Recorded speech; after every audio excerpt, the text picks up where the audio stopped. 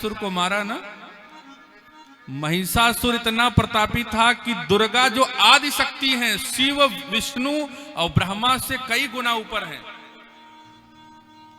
जो स्वयं नारायण को पैदा करती हैं, जिनकी आभा से शिव पैदा होते हैं। पंचांग का पहला पन्ना पलटो, ब्रह्मा की आयु लिखी है, विष्णु की आयु लिखी है, शंकर की भी एक सीमा है, लेकिन दुर्गा जी की कोई आयु नहीं है। आदि शक्ति जही जग उपजाया। जानते जब महिषासुर को मारना हुआ ना, उस आदि शक्ति के पसीने छूट गए। एक बार महिषासुर का तलवार चलता था ना, तो जो मां के पास करकोटक नाग था वो 100 योजन दूर भागता था, इतनी चमक उसके तलवार में थी। एक बार जब ढाल हिला देता था महिषासुर, एक बार, मार्कंडेय पुराण की चर्चा कर रहा हूं, एक बार महिषासुर ढाल हिला देता था ना, तो सिंह 100 योजन पीछे भाग जाता था, इतनी चमक उसके ढाल में थी। अद्वितीय ब्राह्मण था, साधारण थोड़ी था महिषासुर। और मां ने जब छल करके मारा है ना, छल करके मारा, छल करके जब मारा है ना, तो ऋषि मुनि देवता सब, देवता तो उनका काम बन गया, ऋषि मुनि ब्राह्मण क्रोधित हो गए, कहा आपने अच्छा नहीं किया। युद्ध क्षेत्र का ये नियम है, शास्त्र कहते हैं कि छल नहीं किया जाता, सामने से वार होता है।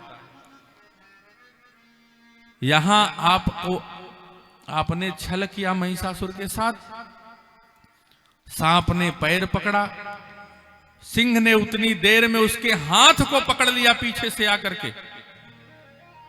अगर तलवार चल जाता ना, तो वध ना हो पाता।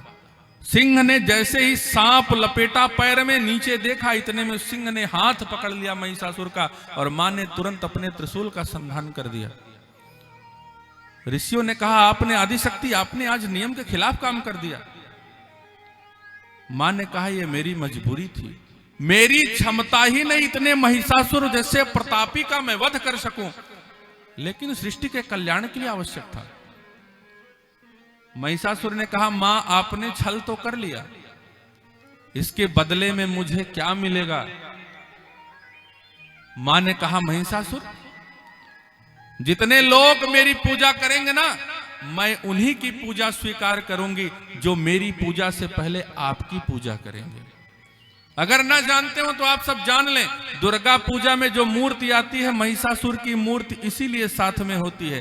पहले महिषासुर की पूजा की जाती है और तब मां की पूजा का विधान लिखा गया है।